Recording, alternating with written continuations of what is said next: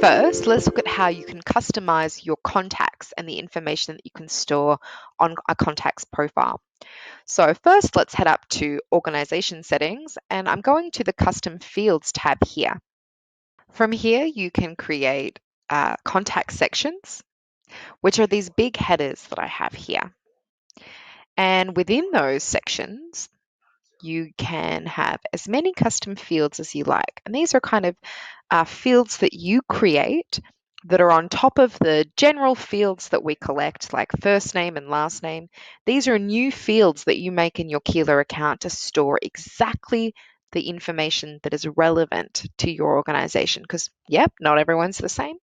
So I've got some different ones in here. I track volunteer information in this volunteers section, communication preferences, all that kind of stuff. That's enough for custom fields. Let's check out tags. So head to Contacts and the Tags tab up here. Tags are labels that you can add in your Keela account and use them to group contacts together who have something in common. So for example, let's look at my volunteer tag here. All of these contacts are volunteers in my Keela account, and I've added the tag volunteer to each of their profiles. So again, let's check out John McLean.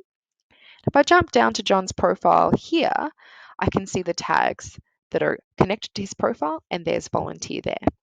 So it can be a really great way to organize your contacts into buckets in your Keela account.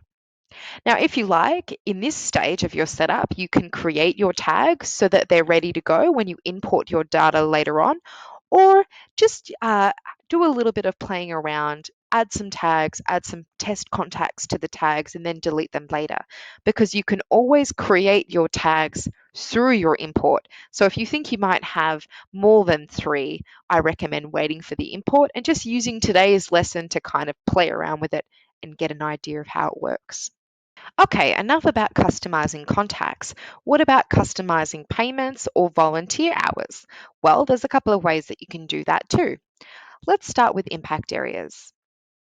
Impact areas are specific cause areas or programs or just sort of sections of your organization that folks can contribute funds to, so transactions, or they can contribute volunteer hours towards.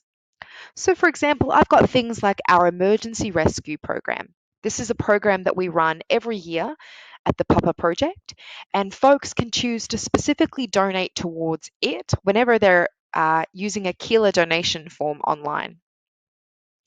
But I've also got this monthly workshop taking care of animals. So folks can contribute financially to that, but they can also volunteer for it as well. So whenever I'm logging a donation or a revenue payment or maybe some volunteer hours, I can choose for them to go in these buckets, in these impact areas.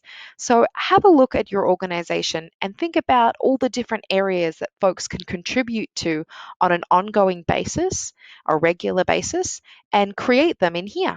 Again, you can also just wait for your imports.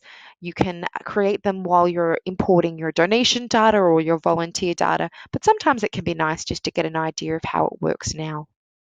The next important way that you can customize your finances or your volunteer hours is through campaigns here.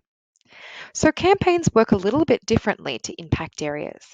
Impact areas are a way for you to create sections or buckets for ongoing regular things, the sort of business as usual happenings of your organization or impact areas. Whereas campaigns are more irregular. They might be fundraising campaigns that you run a couple of times a year for different things. They might be event galas, big sort of parties that you have to try and raise funds, or maybe it's working bees or things like that.